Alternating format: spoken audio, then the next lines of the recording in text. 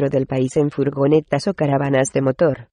Estaban obligados a llevar consigo, para presentarlo a requerimiento de cualquier autoridad, un carnet de identidad especial desde que cumplían los 13 años de edad.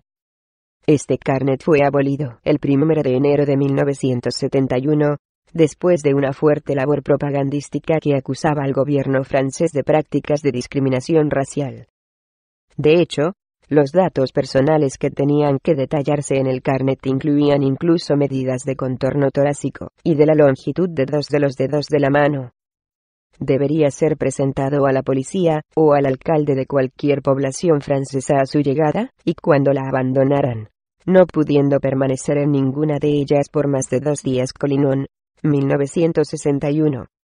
Mientras no se lleve a cabo un estudio adecuado, es difícil poder establecer las causas que llevaron a los gitanos a los asentamientos masivos desde principio de siglo. Pero en cualquier caso pienso que, contra lo que por general encontramos en la bibliografía sobre el tema, el análisis tendría que realizarse a la luz del desarrollo histórico y del contexto específico de los propios países de asentamiento. Con frecuencia se ha atribuido el fenómeno de abandono del nomadismo a las nuevas facilidades que los distintos gobiernos han ofrecido a los gitanos para su sedentarización desde mediados del siglo pasado. Pueden existir otros factores, como el Estado moderno mejor organizado para llevar a cabo sus decisiones con mayor eficacia, los factores económicos que han ido imposibilitando a los gitanos poco a poco la dedicación a sus ocupaciones y habilidades tradicionales como el chalanio, la cestería o la venta ambulante, y también la necesidad de una vida sedentaria en comunidad como medio para adquirir derechos legales y beneficios sociales, entre tantos otros factores que sin duda puede haber. Pero en cualquier caso, sería importante rechazar una idea común en la literatura que encontramos sobre los gitanos. El verles como un solo grupo, como una unidad cultural homogénea en la que la parte explica el todo. Creo que sería esencial el estudiar situaciones específicas de grupos gitanos concretos en el contexto histórico y social correspondiente. 1. Introducción a la historia de los gitanos en España. La historia de los gitanos en España no ha sido todavía debidamente estudiada. Podemos encontrar referencias aisladas sobre ellos en obras de diferentes historiadores e historiadores de derecho. Pero no existe ni un solo trabajo dedicado a tratar en profundidad la historia de los gitanos en nuestro país, ni su situación jurídica, tanto en el pasado como en la actualidad. Las ideas más comunes que sobre los gitanos encontramos en la literatura se perfilan al examinar algunas definiciones. Para el filólogo e historiador Jerónimo de Feijóo, los gitanos son una asociación de individuos que en los distintos países desean llevar una vida errante. El diccionario de la Real Academia Española dice que el nombre de gitano deriva de egiptanos, y que se dice de una cierta raza de gente errante y sin domicilio fijo, que se creyó ser descendiente de los egipcios, y parecen proceder del norte de la India. 1970. En la introducción a la historia del derecho español, publicada en 1970 por J. Lalín de Abadía, se considera que gitanos, egipcianos, bohemians, etc., son grupos nómadas de procedencia incierta y de gran impermeabilidad social. 1970. Ciertamente es poco lo que se puede esperar de estas afirmaciones. Podríamos considerar 3 períodos fundamentales en la vida de los gitanos en España. El primero comienza con la aparición de los gitanos en España.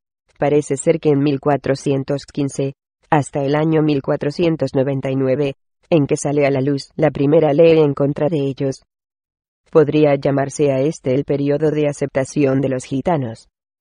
El segundo está caracterizado por la persecución, y se extiende de 1499 a 1783, fecha en la que los gitanos son reconocidos como ciudadanos españoles. El tercer período, de 1783 hasta el presente, se caracteriza, por un lado, por la igualdad ante la ley, y por otro, por una desigualdad económica y social. Primer período. La acogida. En el año 1415, está fechado el primer documento que hace referencia a la entrada de los gitanos en España. Este documento, el primero conocido hasta ahora, fue descubierto recientemente en el archivo de la Corona de Aragón por A. López de Meneses Pomesía, número 7780. Se trata de un guiaje expedido por el futuro Alfonso V el Magnánimo, en Perpiñán, el día 26 de noviembre de aquel año, a beneficio de Tomás de Saba, que penetraba en la península para encaminarse como peregrino a Santiago de Compostela. Posteriormente, en 1425, encontramos una carta de paz otorgada a un gitano por Alfonso V, a López de Meneses Pomesía, 2. 90. En ella el rey da órdenes a nobles, gobernadores y demás súbditos de forma que el amado y devoto nuestro, don Juan de Egipto Menor, sea bien tratado y acogido. Tendría que permitírsele ir, estar y pasar con su gente, caballerías y bienes. También se le debería proporcionar la ayuda y facilidades que requiriera. Y de todo esto, se ordenaba el cumplimiento bajo pena de incurrir en real ira. La carta tenía validez por 3 meses. El corto periodo de validez de estos salvoconductos explica la proliferación de tales documentos por España, y que con frecuencia varios de ellos se expidan a favor de los mismos gitanos. Así, podemos encontrar a un tal conde Tomás de Egipto Menor que entra en el reino de Aragón por los Pirineos en el año 1425, y 9 años más tarde encontramos un documento en Montblanc que renueva el salvoconducto otorgado a su entrada. Al igual que en otras partes de Europa, los gitanos recibieron en España en un principio honores y privilegios. Hay documentos, en 1425 y 1491, que les eximen del pago de tributos en el paso de frontera, tanto para caballerías como para los bienes de valor que llevaran consigo, como oro y plata. Pero disfrutaban también de otras ventajas de tipo económico, tales como créditos y donativos en metálico, que los gitanos recibieron en momentos diferentes por orden del rey de Aragón. Los jurados de Castellón, 1471, regidores de Madrid, 1484, y otros. Al mismo tiempo, es interesante tener en cuenta que en muchos casos los condes y duques gitanos fueron considerados en algunos aspectos incluso por encima de la propia nobleza. Me refiero especialmente al permiso que obtuvieron de los reyes por el cual se les permitía el ejercicio de la justicia en resolución de sus propios asuntos. Encontramos alguna evidencia documental que nos indica el interés que por ellos demostraban la familia real y las autoridades. Tomaron medidas para prevenir ofensas cometidas contra los gitanos, tales como robos o crímenes, 1477, y dieron también órdenes para asegurar su vida y propiedades, 1491. Pero aún más, el documento otorgado por Juan II al duque Pablo de Egipto Menor establece claramente que solamente el duque Pablo tendría jurisdicción sobre sus seguidores, y que solamente podría juzgarles y castigarles.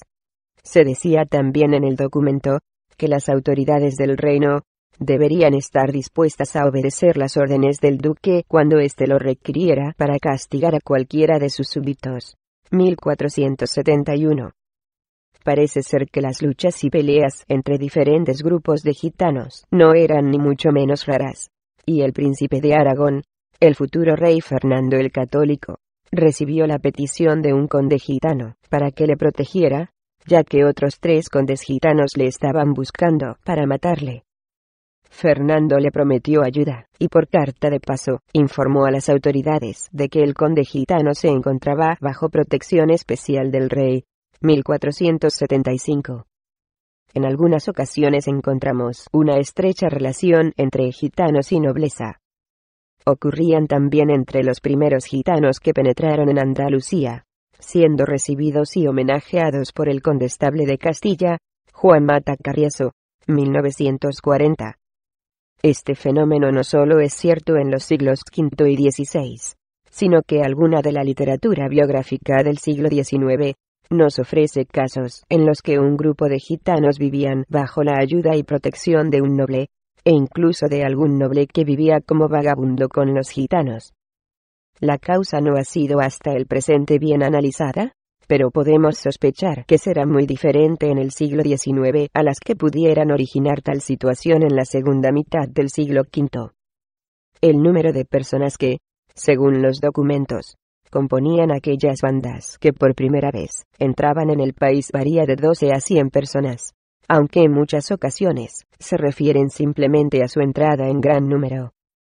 Pero si seguimos los pasos de los mismos condes y duques a través del país, podemos ver que en lapso de pocos años su número se había duplicado, o, como ocurre otras veces, reducido a menos de la mitad.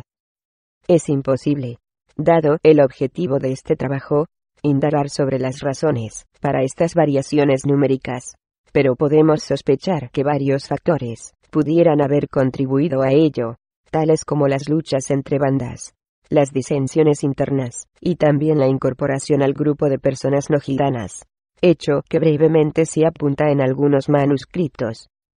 Es sorprendente cómo ingeniaron los gitanos su entrada en el país para lograr tan brillante recibimiento. Sin duda, algunas de las razones fundamentales se podrían encontrar en las ideas y valores de los españoles de aquel tiempo. Había habido varios siglos de luchas contra el Islam, el espíritu de cruzada cristiana se encontraba en su clímax. Mientras algunos gitanos seguían entrando en España por primera vez, la batalla final de la Reconquista estaba sucediendo. A los monarcas de la España unida se les daba el título de católicos, y se funda la Inquisición. Si las ideas y religiosas prácticas se mantenían en una condición de euforia durante este periodo, me parece que se puede decir que los gitanos eligieron la mejor forma de introducirse en los reinos hispanos. La mayor parte de los documentos hacen hincapié en el hecho de que los egipcianos andaban errantes por el mundo como peregrinos. Uno de ellos, de los consellers de Igualada, señala que la razón de su peregrinar era estrictamente religiosa, según ses nostre per lectres de bulla del dit Sampare Pomesia, volumen 5, 137. Otros nos dice que estos extranjeros fueron conquistados por el Gran Turco y su fe cristiana destruida. A López de Meneses, volumen 111, 104. Pero siendo cristianos de corazón, se habían encaminado a Roma para visitar al Papa, quien, perdonando sus pecados, les puso como penitencia el peregrinar a diferentes templos de la cristiandad. Los de Santiago, San Pedro y San Pablo, según otros manuscritos. Durante el siglo V, se presentaron como peregrinos extranjeros que se dirigían a Santiago de Compostela. Y esto explica en parte el porqué de la benevolencia con la que se les acoge, y el porqué de ciertos privilegios y beneficios que en otro caso nos sería difícil de entender. En aquellos días, los peregrinos disfrutaban de un estatus especial en los reinos hispanos cristianos. La ley llamada Paz del Camino se aplicaba a cualquier persona que se dirigía en peregrinación hacia Santiago, especialmente a través de la ruta francesa. Por esta ley, se garantizaba a los peregrinos su seguridad personal, y solamente el rey se reservaba el derecho de intervenir en aquellas ofensas contra la ley que pudieran ocurrir sobre tales rutas. La Linde Abadía, 1970. La Paz del Camino. Las cartas de paso que muchos gitanos llevaban consigo otorgadas por los reyes de otras naciones, y la ideología que sobre la cristiandad se mantenía en aquel tiempo, pudieron muy bien dar a los gitanos aquella posición privilegiada que disfrutaron durante la mayor parte del siglo.